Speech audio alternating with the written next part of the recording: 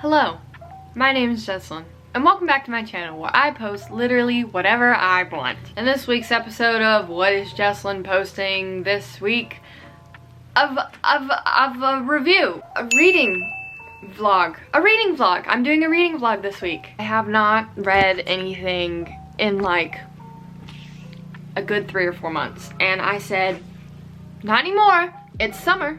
It's tanning time. It's tanning while reading time, and it is time to be fully consumed by the pages of a book. And I am so ready. I'm so ready. And I said to myself, Jesslyn, it is time to delve into the most infamous piece of gay literature in the modern culture of my society and my generation. Jesslyn, it's time to read Call Me By Your Name.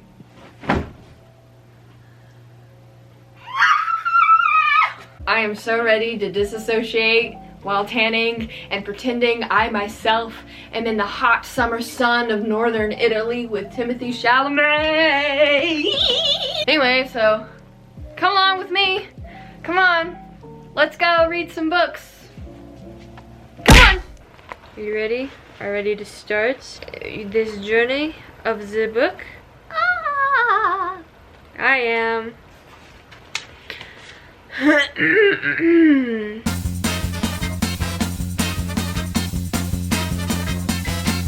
don't know what I was expecting from this book, but it definitely wasn't the line, shrugged my shoulders, and been okay with pre-cum. Ha ha. They are now talking about wanting to kiss the toes on your foot. A no from me. It's a no from me.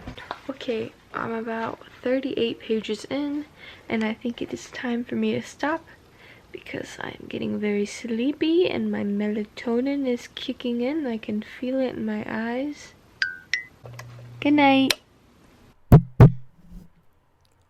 Hello, it is me, 2 weeks later, and I have finished Call Me By Your Name.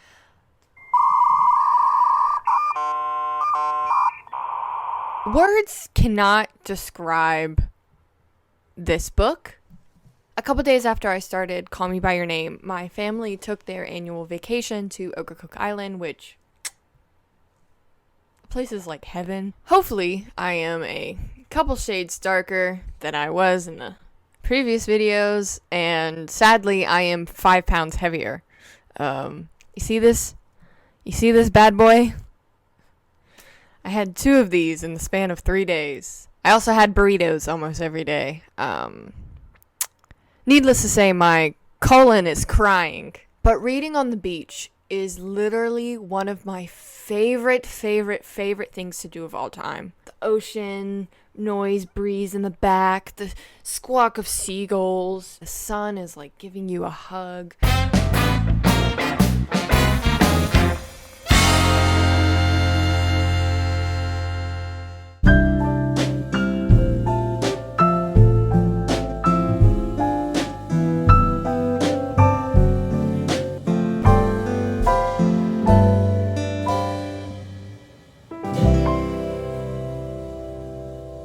I give the book a 3 out of 5 stars, a 6.5 out of 10. Aww. The book was genuinely not what I was expecting. You and I both know that there's a ton of hype surrounding this story, mostly due to the movie with Timmy T in Army Predator. Because of that hype and just word of mouth and like scrolling through my Instagram account or TikTok and seeing that dancing video of Timothée Chalamet, I was expecting this book to be like a super spicy and poetic and sensationalized Romeo and Juliet or unrequited love type of novel. But this book is much more grounded and much more realistic than anything I was expecting. In fact, it was so realistic that at times it was pitiful. And cringy. Very, very cringy. I was reading it on the beach and I was like, should I be reading this around my family? This is like borderline psychotic and gross. Now, in truth, I have not read very many romance novels. The extent of my romance escapades and reading is fan fiction, which is such an unrealistic expectation of love. It's warped what I think love is. Whoops. If I could describe this book in one word, I think it would be authentic, because it truly is. And I think that's one of the reasons it blew up in popularity when it did, was because it was one of the very first authentic accounts of a homosexual romance. And so I respect that, and I respect this book immensely for what it did for when it came out and what it's doing today. The narrator of the novel, Elio, or Elio, I said Elio in my head when I was reading the book, but I think it's Elio in the movie. He narrates the whole novel, and it makes it feel like a biography. Like, these really feel like tangible characters. The way he mentions details or past events or weird nuances he noticed feel very, very human. And poor Elio is the most indecisive narrator I think I've ever read. And he's always constantly second-guessing himself in everything he does. It's important to note that a lot of this indecisiveness and questioning of oneself comes from the fact that he is gay, or at least bisexual, and he's trying to cope with his new emotions and his feelings and yada yada yada, so that comes with a lot of like mental turmoil. He's so indecisive. The poor thing. I really enjoyed reading the perspective of someone I will never be able to comprehend. I am a white woman living in America, and I am straight. Elio is a bisexual or gay man living in the 80s in Italy when being gay was still somewhat of a taboo. So I really enjoyed his insights and his hesitancies, because that's something I'll never be able to understand.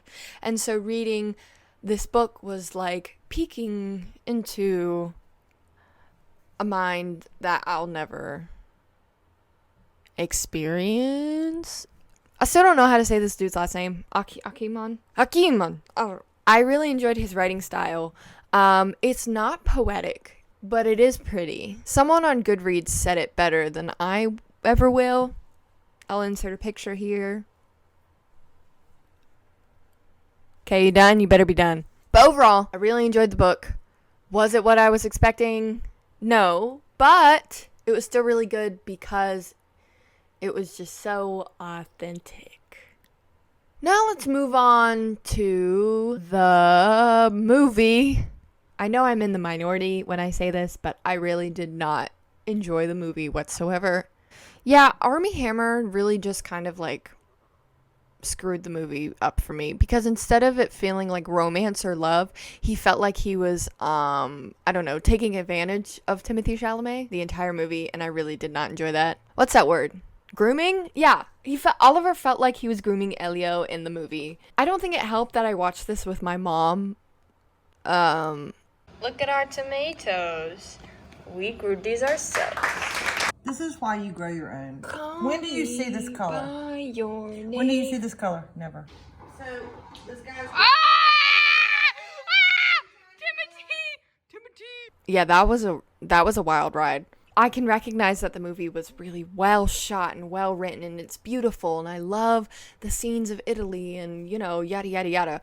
But it made me so uncomfortable. The authenticity that I appreciated so much in the novel just made me so uncomfortable in the movie. I don't understand how this movie just caused so much hype. I guess it goes back to just being an authentic portrayal of homosexual relationships, which is so underrepresented in media. I respect that. But Armie Hammer feels like he is